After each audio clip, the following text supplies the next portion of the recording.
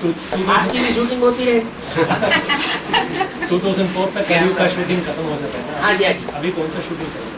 Shooting कहो, rehearsal कहो, recording कहो, जब तक फाइनलाइज न हो जाए तब तक बार बार होती है कि नहीं? कोई नाटक हो, कोई ड्रामा हो, उसका रिहर्सल बार बार होता है। कोई फिल्म है तो उसका जो बार बार रिकॉर्डिंग होता है, बार बार शूटिंग होता है कि एक बार होकर के रुक जाता है। जब तक परफेक्शन आता है तब तक शूटिंग। जब परफेक्शन न हो तब तक चलता रहता है। तो अभी तो वाचा और मनसा के द्वारा जो भी शूटिंग हुई है चल रही है। अभी प्रैक्टिकल तो कुछ भी नहीं है। ब्रह्मा के द्वारा वाचा चली, शंकर दूसरी मूर्ति के द्वारा वाचा के साथ साथ मनसा का परिवर्तन भी हो रहा है, मनन चिंतन मंथन भी हो रहा है। बीके जो है, जो पहले कभी मूर्ति सुनते ही नहीं थे, उन्होंने भी मनन चिंतन मंथन करना शुरू कर दिया है। तो ये दो कार्य हुए। अभी प्रैक्टिकल कहाँ हुआ है? तो विष्णु के द्वारा प्रैक्टिकल होगा। हाँ, तो उसके बीच का जो ये अंतराल चल रहा है, जो अंतराल चल रहा है वो पहले शुरुआत में यज्ञ में ज्यादा लंबे समय का था। कलयुग की शूटिंग और प्राची वाली सत्यु की शूटिंग, उसके बीच में 10 साल का अंतराल रहा ना। 36 से लेकर के 47 तक, जब तक कराची में स्थापना हुई तो 10 साल का अंतराल रहा। फिर अभी जब दूसरी मूर्ति का कार्य शुरू हुआ तो ब्रह्मा दूसरी पहली मूर्ति के शरीर छोड़ने के बाद 7-8 साल का अंतराल रहा, 76 तक।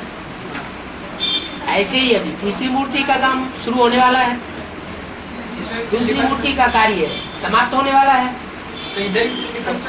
तो ब्राह्मणों की संगम की दुनिया में विनाश होने और स्थापना होने के बीच में अंतराल आएगा ना, लेकिन इतना लंबा नहीं होगा कि 10 साल का हो या 7 साल का हो। थोड़े टाइम के अंदर ये अंतराल पूरा हो जाएगा और विष्णु की प्रत्यक्ष हो जाएगी। लेकिन वो विष्णु की मूर्ति भी सबके सामने प्रत्यक्ष नहीं हो जाएगी एक साथ। क्या जो स्टेज जैसे 46-47 में ब्रह्मा को सभी ने पहचान लिया क्या? सभी ब्रह्मा कुमार कुमारियों ने तो नहीं पहचान लिया। धीरे धीरे ब्रह्मा की बात आउट हुई और ब्रह्मा कुमारी विद्यालय स्थापन हुआ।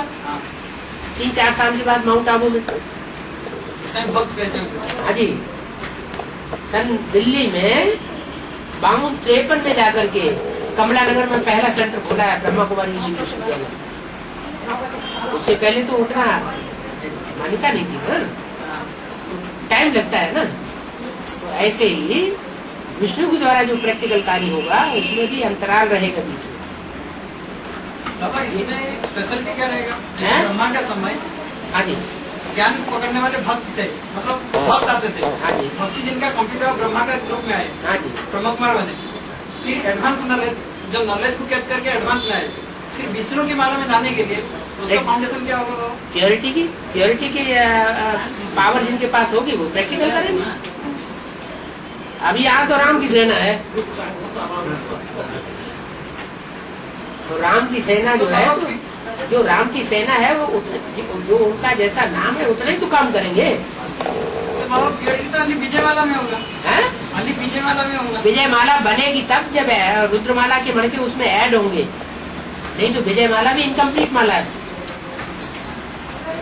विजयमाला युगल मणकों की माला है, सिंगल की नहीं है। पहले बन जाता है ना बाबा? क्या बन जाता है? विजयमाला कहाँ बन गई? नहीं बनी है, पहले बनता है ना बाबा? नहीं बन गई, उसके बाद ऐड होता है ना। हाँ तो बनेगी तब ना जबकि उसमें रुद्रमाला के मणके ऐड होंगे।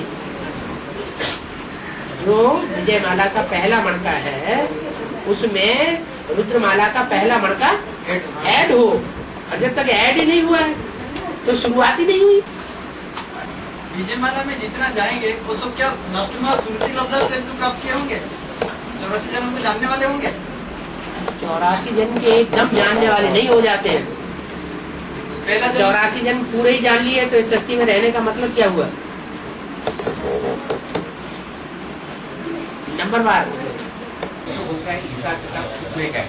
हाँ, और दूसरा तरफ से बोलता है कि आप बाप से नजर लगाने से या रोग लगाने से बाप खत्म होगा। हाँ, क्या है हिसाब किताब का होने का तो नियम है ना, नेचर का नियम है, हिसाब किताब तो वो नहीं हाँ कहना। जी। फिर पाप कैसा भस्म होएगा, वो तो नियम का नहीं होएगा। पाप भस्म तब होते हैं जब आप बेविचारी याद होती है। बीच में इनकी भी याद आई, उनकी भी याद आई, उनकी भी आया, बीच में बाबा भी याद आया, तो वो ये जो कर्म बंधन है वो बंधेगा या खत्म होगा?